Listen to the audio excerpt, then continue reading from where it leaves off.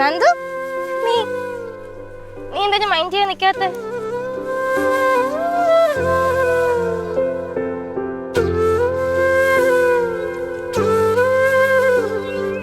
അയ്യോ സംസാരിക്കണം.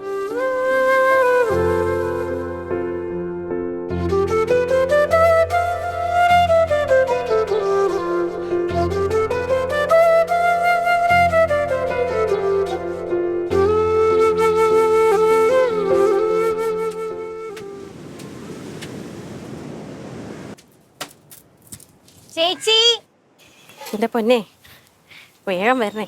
നീയും ഇനി അമ്മായിയെ പോലെ പരാതിപ്പെട്ടി തുറക്കണ്ടെന്ന് വിചാരിച്ചിട്ടേ ഞാൻ ഓടി വരികയായിരുന്നു. ഇന്നെന്ത് കുറച്ച് മെനയുണ്ടല്ലോ കാണാൻ. മെനയോ?